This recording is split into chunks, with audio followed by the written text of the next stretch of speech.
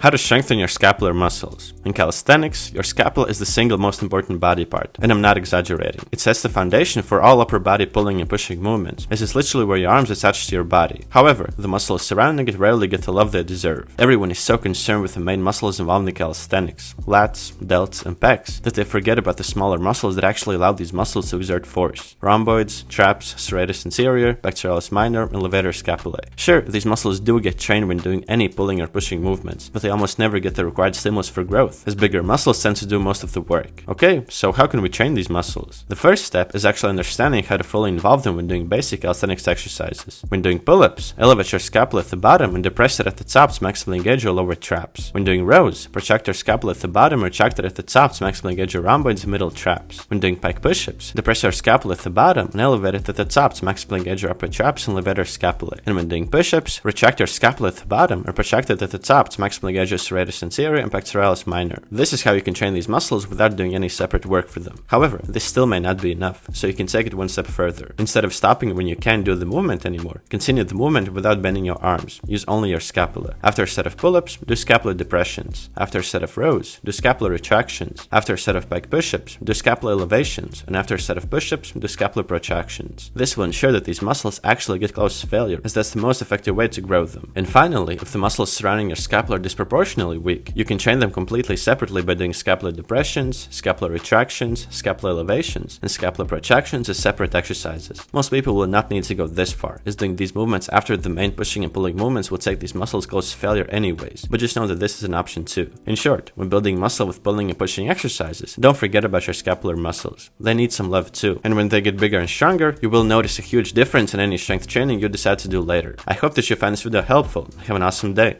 Peace!